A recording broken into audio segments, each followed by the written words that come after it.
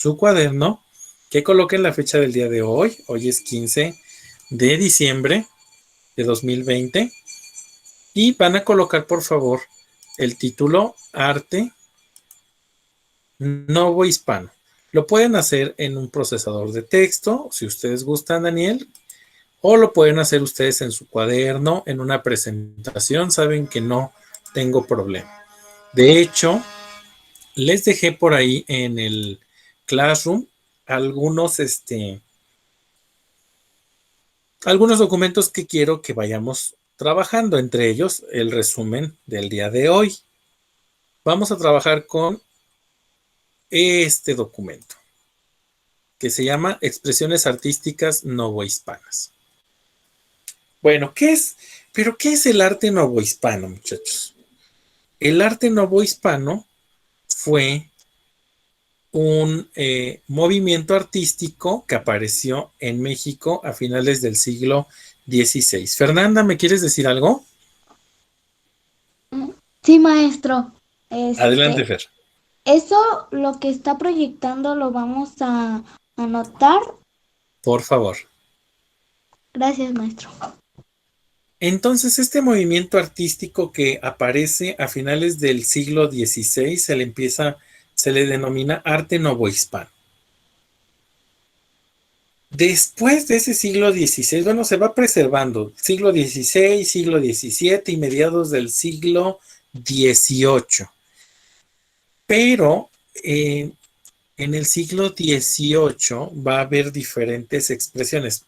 Voy a ponerles el primer arte, la primer forma de arte que se tiene en el siglo XVI. Se llama plateresco. Después del plateresco viene el manierismo. Y después, a mediados del siglo XVIII, aparece el barroco.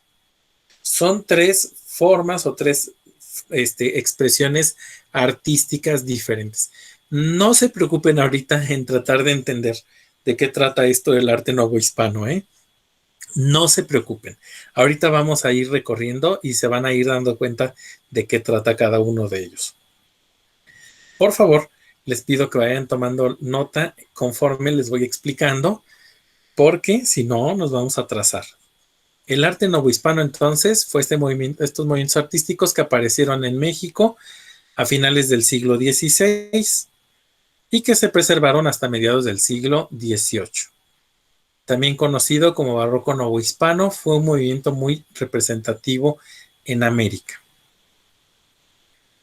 Pues bien, muchachos, el arte colonial se relacionaba con la religión católica. Gracias, Diana, qué bueno que ya estás por acá con nosotros. El arte colonial se relacionaba con la religión católica, que dominaba la vida social y cultural.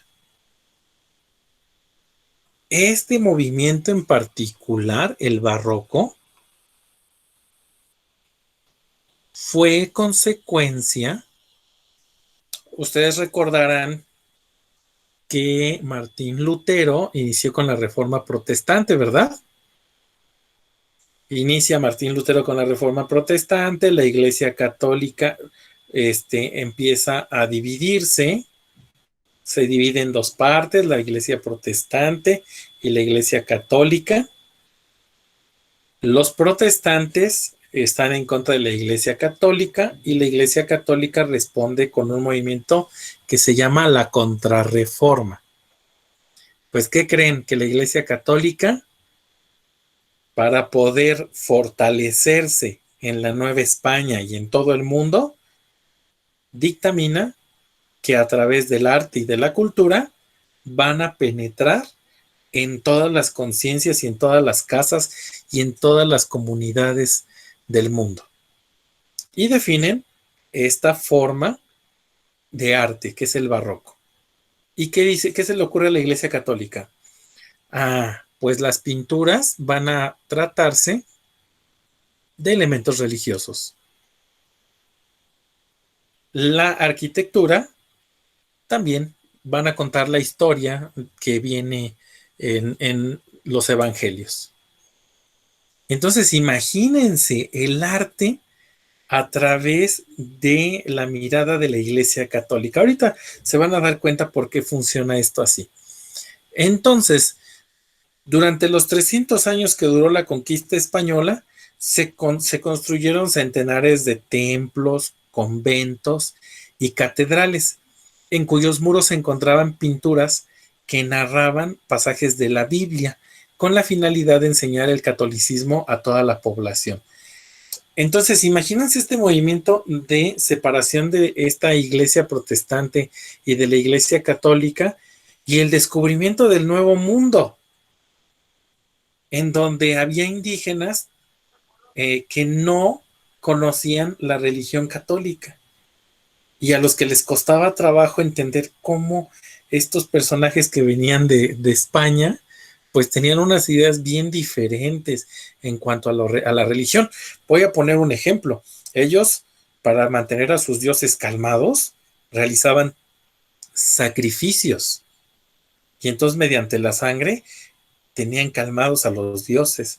Imagínense que llegara una nueva religión que les dijera que un hombre se había sacrificado por todos los hombres de la tierra. Ya desde ese hecho es un cambio en la concepción, pero tremenda. ¿Están de acuerdo conmigo? Sí, María. Ok. Fíjense bien lo que vamos a hacer en este momento. Terminen de copiar hasta donde tienen este parrafito, ¿vale? Y escuchen bien qué es lo que les voy a pedir. Voy a poner un video. Del video no van a notar absolutamente nada en su cuaderno, pero me van a ir colocando las ideas que van a ir surgiendo en el video. Por ejemplo, el video les va a hablar del plateresco y ustedes van a ponerme en el chat. El plateresco surge en el siglo XVI. La fulanita de tal iglesia es representativa de tal corriente artística, ¿sale? Recuerden que todos tienen que escribir porque esa forma de eso que escriben ustedes en el chat queda registrado en mi participación y es lo que yo muestro para la evaluación que ustedes tienen al final del mes. Adelante. Sí, Fer. ¿Ya no lo sube a YouTube? Sí, también está en el YouTube todo lo que voy poniendo, hija, no te preocupes. Ok, gracias, maestro. ¿Listos? Entonces, voy con el video.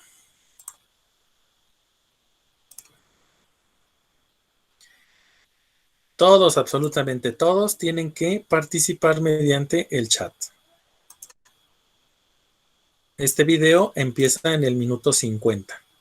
Entonces, no lo tomen desde 34, 44, déjenme voy más adelante. Ahí estoy, con esto. La mayor parte de la arquitectura, la pintura y la música virreinal expresaban culto al catolicismo y a las festividades religiosas. Empezamos a partir de ahí.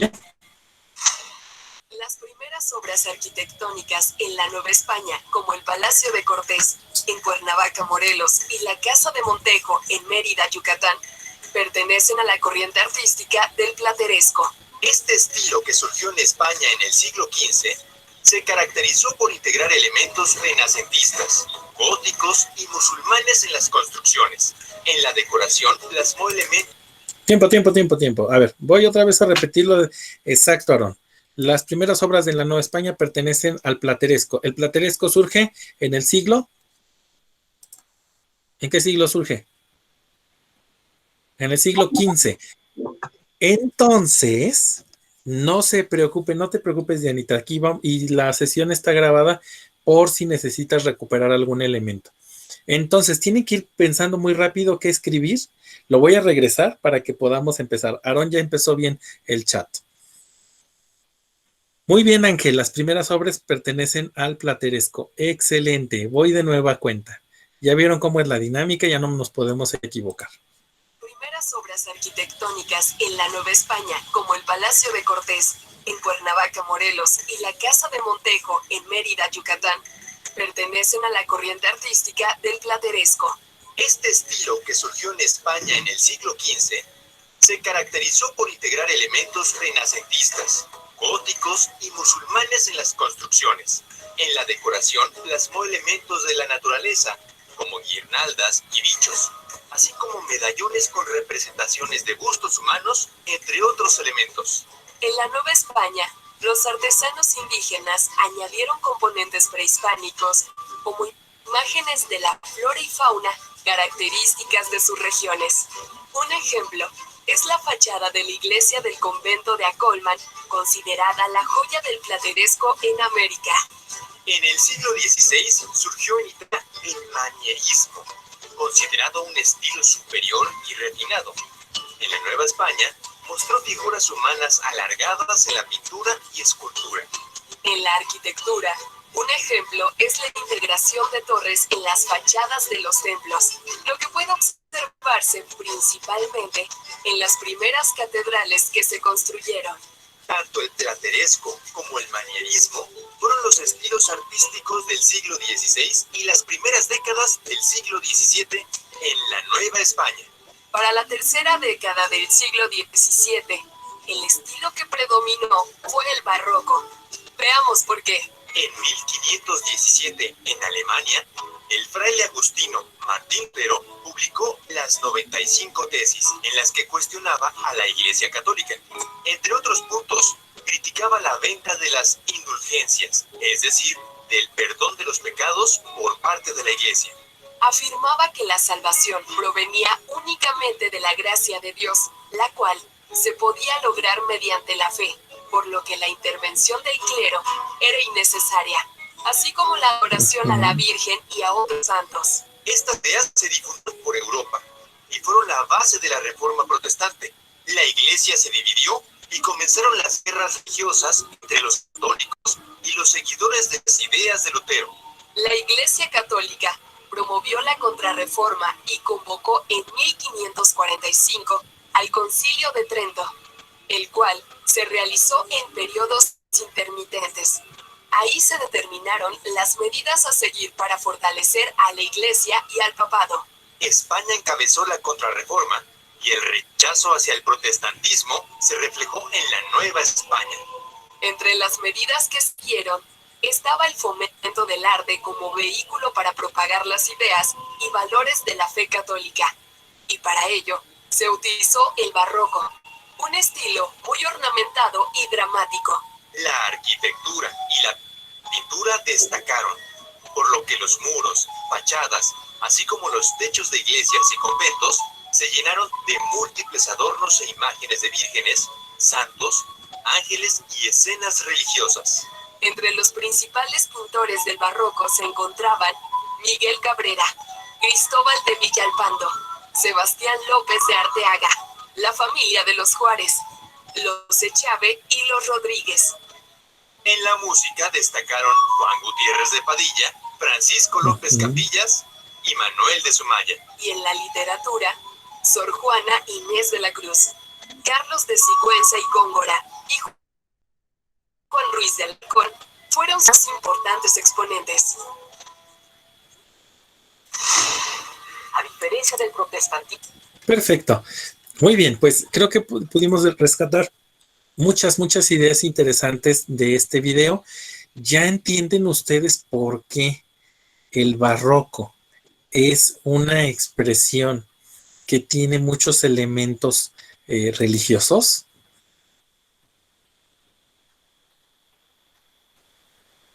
Y bueno, pues ustedes ya escucharon que el plateresco, el manierismo y el barroco fueron las tres expresiones artísticas que se dieron, o las tres corrientes de expresión artística que se dieron en la Nueva España. A ver si es cierto.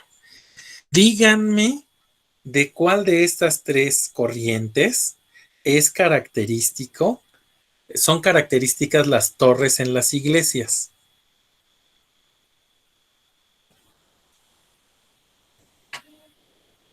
¿Quién se acuerda? El barroco. No, Ángel, no es el barroco. Ya nada más nos quedan dos.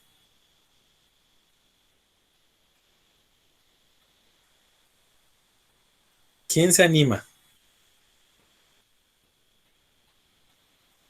¿Puede Voy a repetir? preguntarle. Otra vez, Chaparrita, porque no te escuché, Fer. ¿Puede repetir la Te pregunta? repito la pregunta. Ok. Las torres, características en las iglesias, ¿de qué corriente artística son? ¿Del manierismo, del plateresco o del barroco? Plateresco, profe. Manirico, Platesco.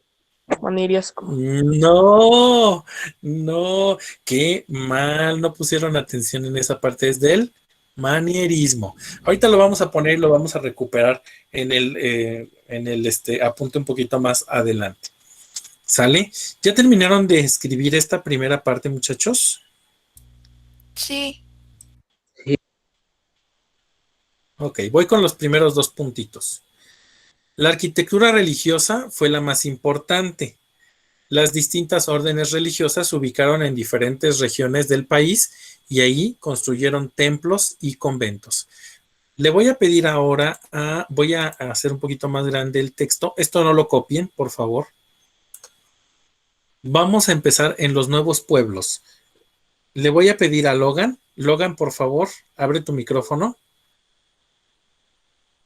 A ver Sí, si se profe. puede.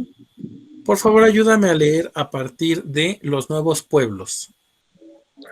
Los pueblos ubicaron en su centro generalmente la parte más alta, la iglesia y su convento. El templo de una sola nave tenía al costado el convento, no, espérame. El convento donde vivían los fieles medicantes. Frailes, ajá. Los conventos tenían 2 pisos. En la planta baja estaban de refectorio o comedor, la cocina, las caballerizas y las bodegas en el primer piso. Los aposentos de los misioneros o espérame, O claustro. claustro enfrente de extendía el atrio cuyo centro estaba señalado por la cruz atrial. Ahí se congregaban los pueblos por ir las enseñanzas de los misioneros. En las esquinas había capillas posadas en donde se detenían las procesiones y pasaba hacía descansar la cruz. Dio 2 de los conventos más representativos del siglo, no me sé, 16. de esos de los siglos, el siglo XVI, son el convento Francisco de Huejotzingo, FIG 1.40, página siguiente, en Puebla, y el Santo Domingo en la ciudad de Oaxaca. Gracias, Logan. Fíjense bien, ¿eh? Vamos a regresarnos entonces para acá. Les dejé también esta página. En esta página no es para que vean ustedes absolutamente nada de texto. Por ejemplo, está la iglesia de Santo Domingo en Oaxaca. Aquí la están viendo ustedes. Esta iglesia de Santo Domingo en Oaxaca es representativa del plateresco. ¿Ok? También tenemos el templo de Santa Prisca en Taxco. Aquí pueden ver, muchachos, los elementos del barroco. Aquí están las imágenes religiosas y aquí están todos los ornamentos. ¿Ven todo esto gariboleado que está aquí? Dice muy ornamentado. Todo esto que estoy señalando con el ratón son elementos del barroco. ¿Sale?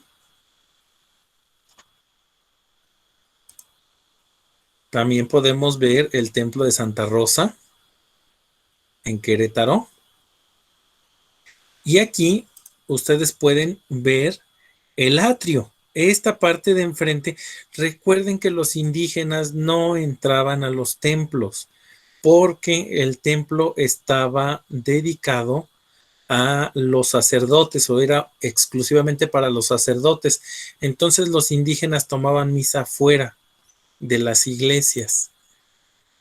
Aquí está la Capilla del Rosario en Puebla de Los Ángeles, que también es parte del plateresco. De hecho, aquí hay elementos más como musulmanes.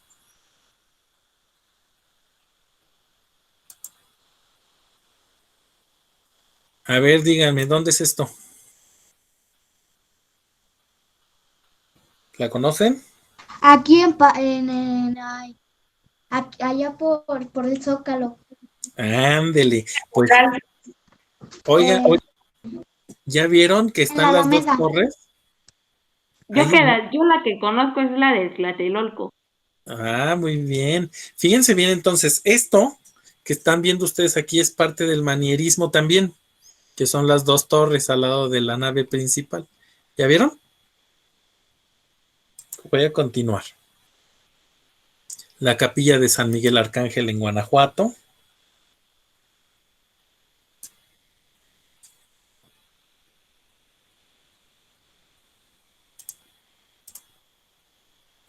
La Catedral de Zacatecas.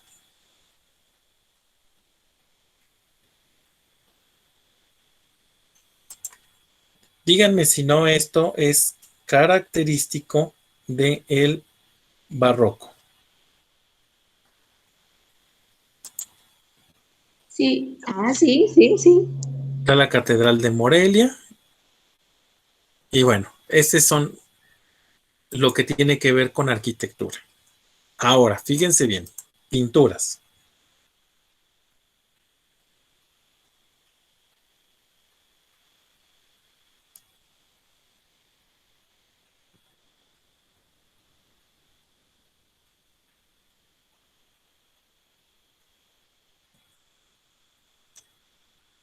Todas las pinturas que están viendo son de carácter religioso.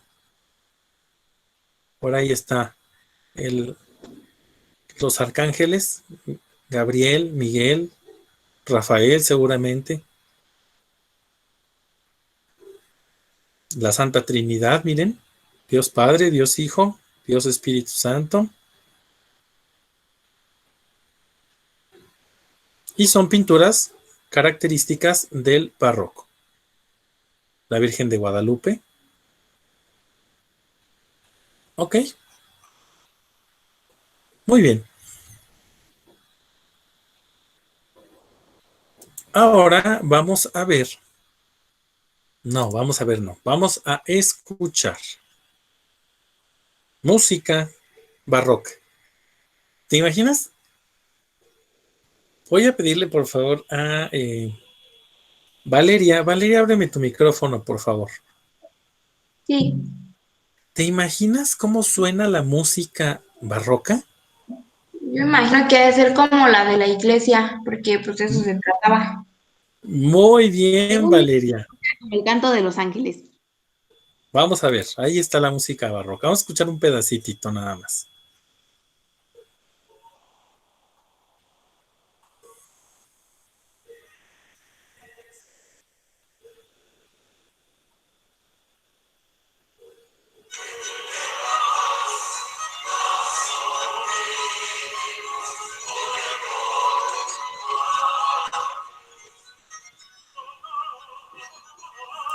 Sí, ¿verdad? Suena mucho, ¿verdad? A música de la iglesia. Definitivamente tienen ustedes toda la razón. Voy a ponerles Pero otro como que con pedacito. ópera, ¿no? Pero que como que con qué? Con Ópera. ópera, sí.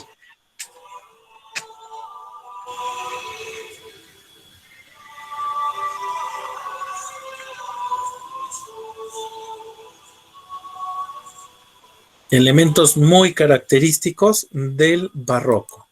Entonces, lo que era más alegre, por ejemplo, las danzas de la Nueva España, pues se parecen mucho a lo que nosotros, a la música medieval. Escuchen esta danza novohispana.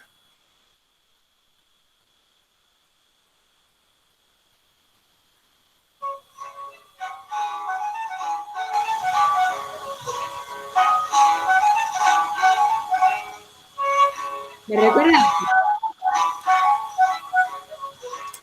Adelante, Ángel, no te escuché. ese tipo de canciones me recuerdan a la de la banda Mago de Oz. Fíjate, el Mago de Oz, sí. Ahora imagínense, ¿no? Pues nada que ver el reggaetón ni nada por el estilo, Bad Bunny, Conejito Malo y no sé qué tanto cosa, ¿verdad? Nada que ver. Pues esta es la música del barroco novohispano. Ya vieron ustedes la arquitectura, ya vieron ustedes la pintura y vamos a avanzar en nuestro tema. ¿Qué cosas, no? Ustedes no conocían las expresiones del arte novohispano.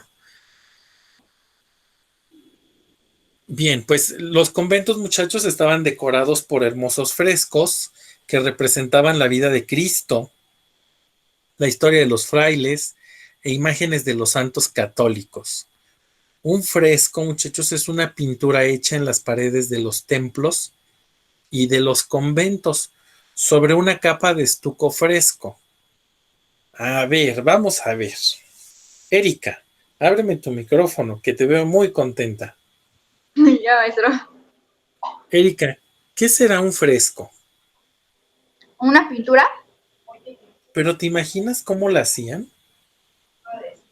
Pues yo digo que lo hacían con algo representativo de antes, como guerras o ángeles o algo así, ¿no? Ok, gracias, Erika. Imagínense que ustedes en su casa agarran yeso y empiezan a aplanar una pared con yeso. Y hagan de cuenta que queda toda blanca, blanca, blanca, blanca. Eso, muchachos, sería un espacio para poder hacer un fresco, para poder hacer una pintura. ¿Me explico? Entonces, es importante que pues ustedes sepan cómo es que se hacían estos frescos o estas pinturas con una especie de pasta que podría hacerse con yeso o con cal o con una mezcla de las dos y encima de eso podían pintar en las iglesias o en los lugares en donde se colocaban estas pastas. Aquí entre paréntesis puse parte del sincretismo se dio, es decir, ¿se acuerdan que es esta mezcla de culturas, el sincretismo? Al usar la habilidad de los indígenas, imagínense ese espacio, esa pared en blanco, pintada también con elementos religiosos, pero con los colores y la habilidad que tenían aquellos indígenas para poder pintar. Por eso es que se dio una fusión en la cultura, también en el arte. Los conventos agustinos, muchachos, eran los más lujosos, con mayor calidad de pinturas murales. Otras manifestaciones artísticas fueron los códices y las crónicas. Déjenme les digo que los códices fueron escritos que se hacían en la época prehispánica para contar la historia del pueblo o de los pueblos prehispánicos. Pero en la época novohispana se realizaron o se siguieron haciendo estos códices para poder preservar las historias de los indígenas. ¿Ok? Por favor, tómenle una captura de pantalla para que no nos atrasemos y para que puedan ustedes escribir más adelante. Si no, de todos modos, el documento está en Classroom. Sí, lo dejé en Classroom, Erika, por ver si las dudas, ¿vale? Entonces lo podemos escribir desde Classroom. Sí, por favor, para que no me esté regresando. ¿Te parece, Fer? Sí, profe. Sí, maestro. Pues fue uno de los códices que se elaboraron durante la época novohispana. El Códice Mendocino. A ver, vamos a ver qué observamos en este Códice Mendocino. ¿Les da idea de algo? Del símbolo de la bandera, ¿no? El Códice Mendocino, entonces, habla del origen del pueblo de Tenochtitlán. Aquí ustedes verán a un hombre que está hablando. La escritura es ideográfica porque habla de ideas. el hombre está hablando y está relatando el cómo se llegó el águila que se paró sobre un nopal. Ahí no está la serpiente devorada, ¿ya vieron? Ujú. Pero habla de ese momento histórico. Oigan, ¿y ya vieron estas líneas de color azul? ¿Es como el mar, no, maestro? ¿O qué es? Es el Ah, río. ¿representa el río? ¿Será? ¿Qué representará? ¿Alguien me dice? El río. Representa el lago De de Texcoco. Texcoco. Todo eso estaba enmarcado en ese lago. Y aquí habla, por ejemplo, no sé cómo es que no se espinaba el águila. Y aquí habla de cómo hacían sacrificios de sangre y pues algunas otras cuestiones, por ejemplo, fechas. Esta es una fecha del calendario mexica. Si ustedes se dan cuenta, pues son ideas las que se muestran en este códice. Otro de los códices que fueron elaborados en la época de la Nueva España fue el Códice Florentino. ¿Sale? Aquí ustedes pueden ver cómo es que se hacían estas tiras. Bien, los códices, muchachos, constaban de varios volúmenes o tiras. Para elaborarlos se utilizaba piel de venado o papel amate. Se utilizaba escritura ideográfica. Ya les expliqué por qué es escritura ideográfica. A solicitud de los frailes, los nobles mayas recopilaron sus historias, leyendas y creencias sobre la formación del universo. Este libro, en especial de los mayas, fue escrito en lengua quiché y se conoce como Popol Vuh. El Popol Vuh es el relato de la creación del universo, bueno, es decir, de cómo surge la vida en la Tierra. Y habla de una historia de una Bu e Ixbalanque que tienen que bajar al Xibalbá. Es un libro que habla precisamente de cómo se forma el universo a través de la visión de los mayas. Si tienen la oportunidad, vean las aventuras de una Bu e Ixbalanque y cómo es que bajan al inframundo y se meten en una, sí, Dianita, es una recopilación, y se meten en una olla de barro para despistar a las serpientes y poder pasar al inframundo y poder crear a los primeros hombres. Habla de los hombres de barro, los hombres de lodo, etcétera, etcétera. La verdad es que es una muy buena lectura. No deben de perderse la lectura del Popol Vuh. Entonces, también a solicitud de los frailes en esa época se recopiló este tipo de literatura. Destacó durante este periodo, muchachos, el arte plumario, no nada más como lo que ustedes vieron en el penacho de Moctezuma, ¿ya vieron? Ajá. Sino imágenes religiosas que se realizaron a partir de plumas, por ejemplo, estas de pavo real.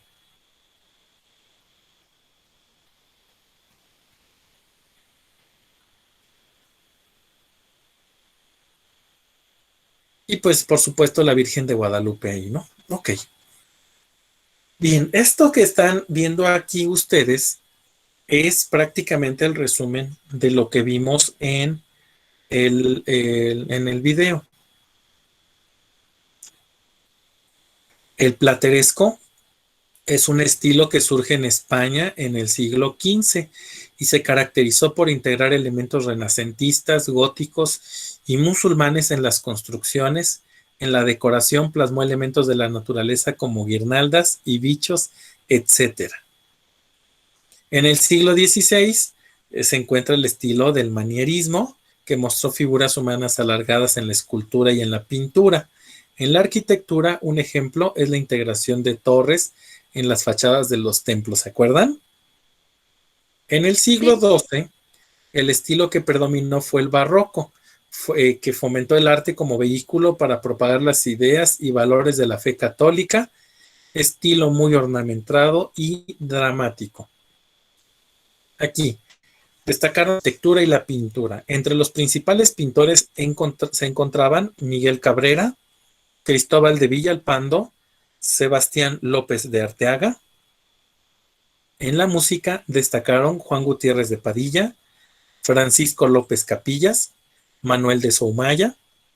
En la literatura destacó Sor Juana Inés de la Cruz, Carlos de Sigüenza y Góngora y Juan Ruiz de Alarcón. Bien, pues por cierto, a propósito de Sor Juana Inés de la Cruz, otro de los elementos que me interesaba que vieran el día de hoy, que ya cerré por quererlo hacer rápido, es el siguiente. Sor Juana Inés de la Cruz, una mujer que para su época fue muy revolucionada, no la dejaban estudiar, se vistió de varón para poder ir a la universidad y bueno, tantas cosas que hizo Sor Juana Inés de la Cruz. Además, escribe un poema muy característico que ustedes habrán oído. Diana fue una religiosa jerónima, dice, y que escribe hombres necios. Hombres necios. Y a mí me gustaría que cerráramos nuestra sesión prácticamente con este poema. No lo vamos a leer todo. Vamos a hacer un pequeño nada más análisis de lo que nos dice Sor Juana aquí. Hombres necios que acusáis a la mujer sin razón, sin ver que sois la ocasión de lo mismo que culpáis. ¿Cómo ven? En gran medida, Sor Juana, para la época, se atreve a alzar la voz en contra de los hombres. Y en gran medida tiene razón. Dice, si con ansia sin igual solicitáis su desdén, ¿por qué queréis que obren bien si las incitáis al mal? ¿Cómo quieren que se porten bien las mujeres si lo que hacen los hombres es hacerlas que se porten mal? Según lo que nos dice aquí Sor Juana, ¿no? Voy a bajarle más, ¿eh?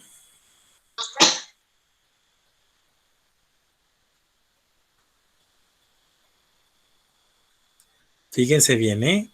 Opinión ninguna gana, pues la que más se recata, si no os admite, es ingrata, y si os admite, es liviana. ¿Quién nos entiende a los hombres? O sea, Maestro, yo no lo oigo. si se le Se pone... trabó. ¿Ya me oyen? Ya, maestro, pero se congeló su pantalla. Ok, no se preocupen. Ahí están viendo lo que estoy poniendo yo ahí, ¿verdad? Opinión ninguna. Sí. Ok. Pues la que más se recata si no os admite es ingrata y si os admite es liviana. Voy a bajarle un poquito más, ¿eh? Pues ¿para qué os espantáis de la culpa que tenéis? Queredla cual las hacéis o hacedlas cual las buscáis. Muchachos, esto es algo muy fuerte que nos dice Sor Juana Inés de la Cruz. Y nos dice que las queramos como las hacemos o que las hagamos como las buscamos. Entonces, imagínense estos pensamientos de Sor Juana Inés de la Cruz en esa época. Dejad de solicitar y después, con más razón, acusaréis la afición de lo que os fuera a rogar. Bien, con muchas armas fundo que lidia vuestra arrogancia, pues en promesa e instancia juntáis diablo, carne y mundo. Imagínense. Pues bien, muchachos, hasta aquí la presentación del día de hoy. Díganme, muchachos, ¿qué opinan de el poema de Sor Está Juana Inés muy de la Cruz? interesante y a la vez fuerte. Que expresaba todo lo que ella sentía y lo que veía. Que está potente. Ok, muy bien. Ok, pregunto, ¿sí pueden vislumbrar? El aprendizaje esperado es que ustedes hagan un recorrido por el arte novohispano. Entienden ya que hubo arquitectura, pintura, literatura, música de la época de la Nueva España. Muy bien. Ahora, con esto cerramos el tema de la arquitectura y de las expresiones artísticas novohispanas. Pero antes de terminar nuestra clase del día de hoy, quisiera preguntarles, ustedes saben que siempre voy haciendo encuestas de cómo nos va. Y quisiera, por favor, que Vanessa abriera su micrófono. Vane, abre tu micrófono. Ya, maestro. Platícame, Vane, por favor, ¿cómo te fue con las cápsulas de YouTube que dejé en la semana? Pues estuvieron bien, maestro. A mí me gustaron, porque sí les entendí. Ok, pregunto, en general, muchachos, ¿continuamos con Aprende en Casa o mejor seguimos haciendo cápsulas de YouTube? Cápsulas. Maestro. Sí, dime. Ok, cápsulas de YouTube. Dime, Erika.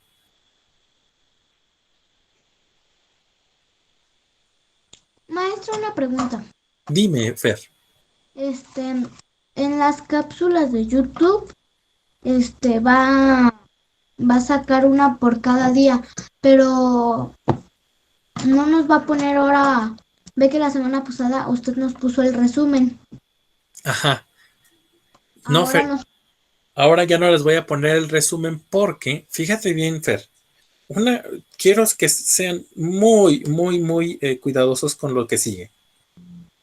Cuando yo veo una información y la escucho, aproximadamente del 30 al 40% de esa información puedo retenerla.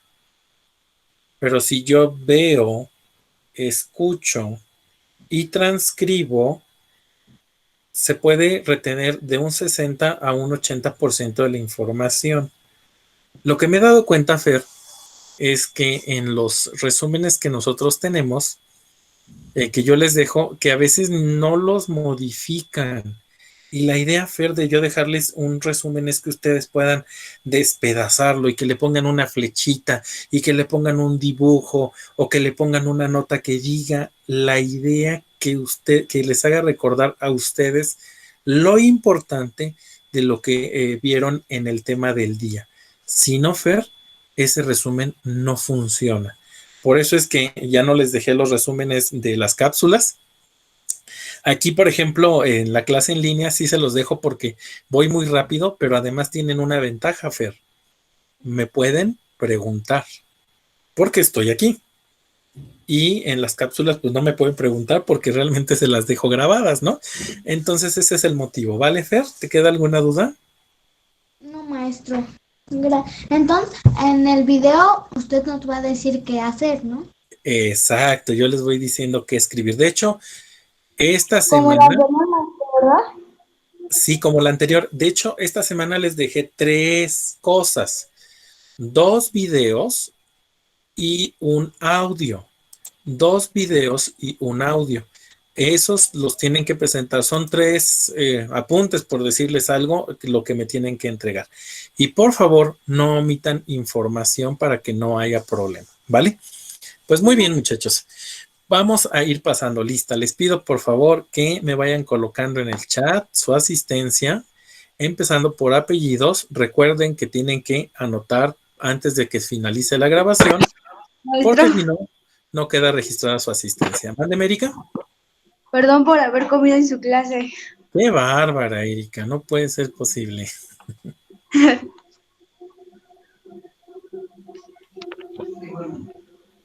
Profe, ahorita eso de las canciones de la Nueva España me recuerdan al corito de la Rosa de Guadalupe. Sí, ¿verdad, Ángel? Muy bien, pues, maestra Remedios, no sé si tuviera algún comentario.